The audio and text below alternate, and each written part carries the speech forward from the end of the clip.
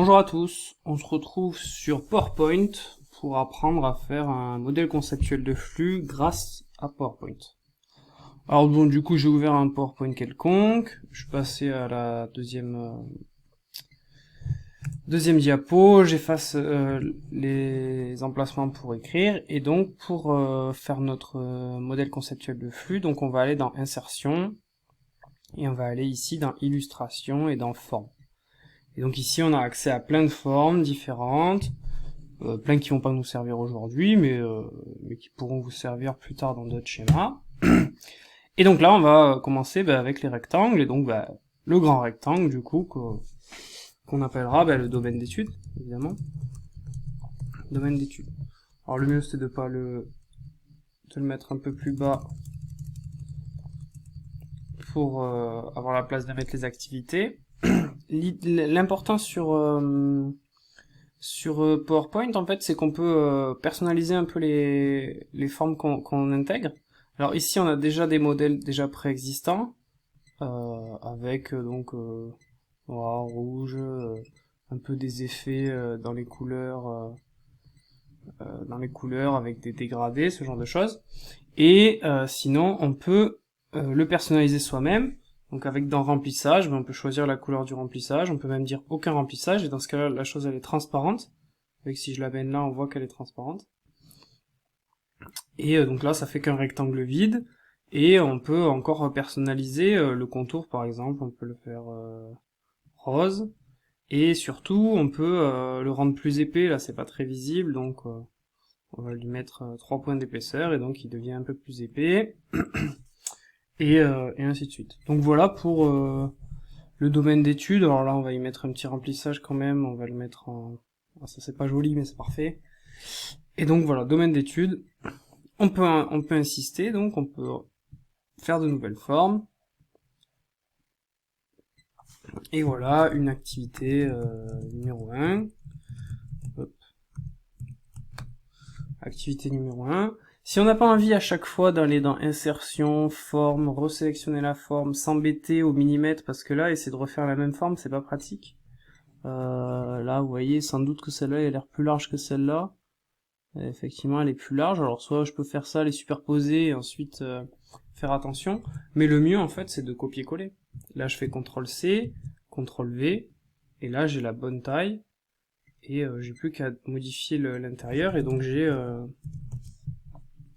j'ai le même carré, et ça donne un truc un peu plus joli. Donc, et vous voyez là, quand je déplace, j'ai un peu les traits qui m'indiquent les distances et où est-ce que je veux le mettre si je veux l'aligner. Voilà. Alors, on peut continuer. On va faire une nouvelle forme. On va mettre domaine connexe. Celui-là, on va le mettre d'une autre couleur. On va le mettre comme ça. Et dernière forme, là, les ellipses pour mettre un acteur externe. Et là, lui aussi, on va lui mettre une couleur un peu différente, et voilà. Donc là, on a les quatre formes, le domaine d'étude, les activités, l'acteur externe et le domaine connexe. Et ensuite, on peut faire donc les flux, les flèches. Donc ici, le troisième, là, on a les flèches. Donc on peut commencer, ça commence par un acteur externe vers une activité. Vous voyez là, la flèche elle est toute petite, pareil, il faut aller dans l'outil de dessin. Vous sélectionnez toujours en fait la forme que vous avez besoin de modifier, de transformer, et ça vous dit outil de dessin format. Et ici, donc vous avez plusieurs choix. Celui-là déjà il est plus épais, mais quand vous allez dans contour, épaisseur, et là vous allez pouvoir faire la flèche de la taille que vous voulez. Et donc c'est pratique. Là, vous pouvez continuer à faire une autre flèche, mais vous voyez, elle va encore avoir la taille de la précédente. Elle aura pas cette taille-là. Et si vous en faites plein des flèches, il va falloir que vous modifiez chacune des flèches et ça va être long. Le mieux, encore une fois, c'est de copier-coller. CTRL-C, CTRL-V. Et là, vous avez toujours la même flèche, le même modèle de flèche. Et c'est beaucoup plus pratique à faire.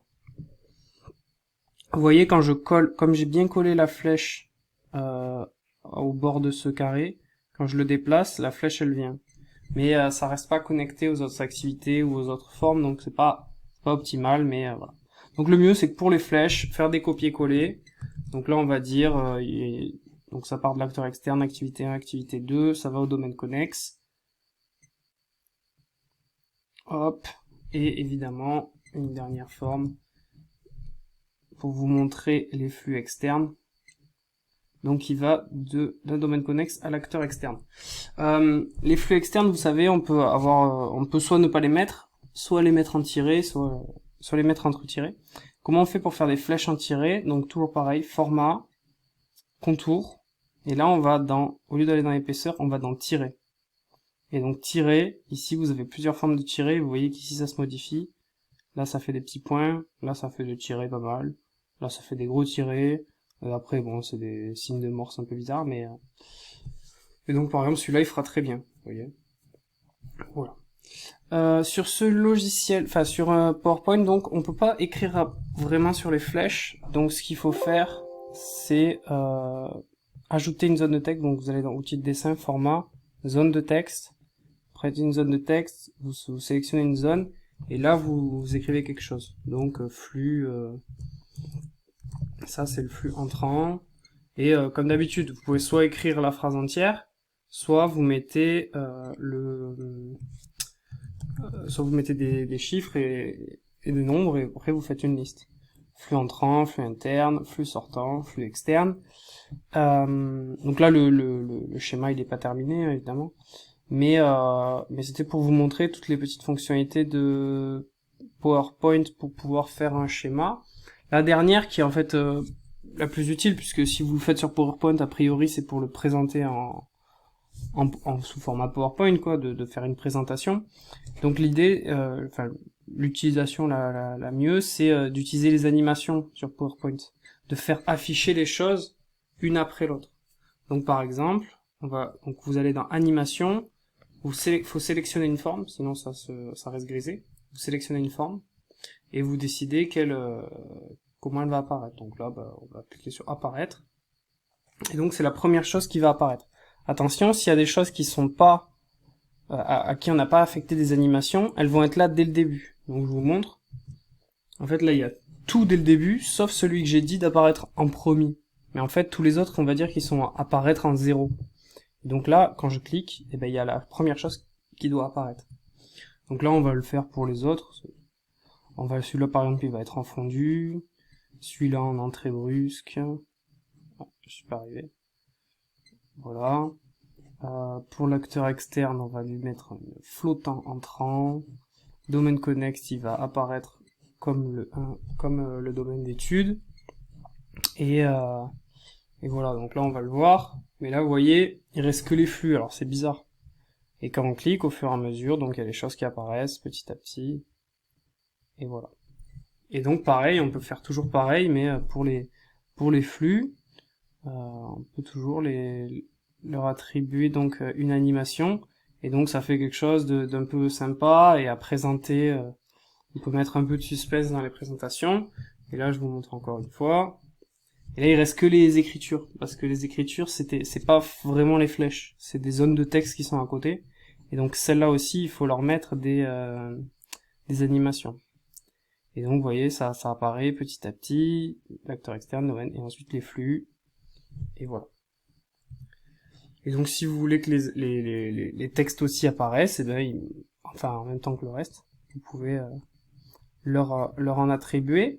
Et si vous vous êtes trompé dans l'ordre, vous allez dans volet animation, et vous avez tout l'ordre des choses qui vont apparaître. Vous avez le numéro à chaque fois en haut, et vous avez ça.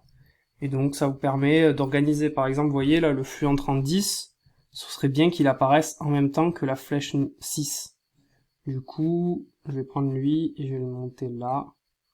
Et normalement ça devrait être bon. Et là, le flux interne 11, j'aimerais qu'il s'apparaisse en même temps que la flèche 8. Donc je vais mettre 8 avec le 11. Normalement ça devrait être bon. Donc là je vous montre une dernière fois. Tac.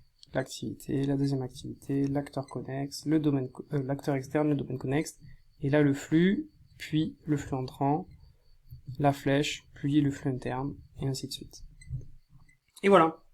Donc voilà, c'était une petite explication, petite présentation de comment faire un modèle conceptuel de flux avec PowerPoint. On peut faire plus compliqué, on peut faire mieux, mais c'est bien pratique. Voilà.